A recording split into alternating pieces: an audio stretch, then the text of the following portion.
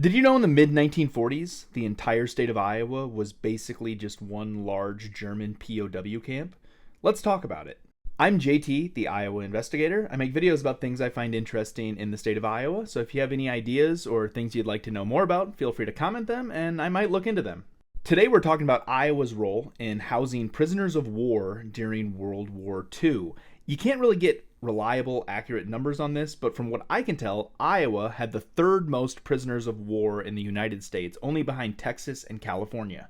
There were two base camps in the state of Iowa, one at Algona in Kossuth County and one at Clarinda in Page County. The Algona one could have about 5,000 prisoners and Clarinda could have around 3,000. But the way these really worked is they were base camps. So this is the Algona base camp, and then there were dozens of satellite camps. So basically they would send the prisoners to mostly the satellite camps where they could work.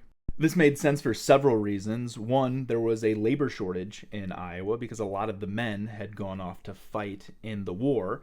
And because of the Geneva Convention, there are rules against what type of labor prisoners of war can do. They can't do anything that pertains to the war effort itself. So farm labor made a lot of sense. Iowa needed farm labor. It made sense for them to help out there. There's also the reality that there's a lot of German ancestry in Iowa. So while these German POWs, who for the most part and almost exclusively were not sympathizers to the German political views, they were just soldiers who happened to fight in a war. They actually got along very well with the locals for the most part. They were treated well. It seemed like an overall positive experience. The prisoners in Algona actually pooled resources and built their own nativity scene around the Christmas of 1945, and this nativity scene is still maintained and kept in Algona and displayed every single Christmas. And it was built by the German POWs.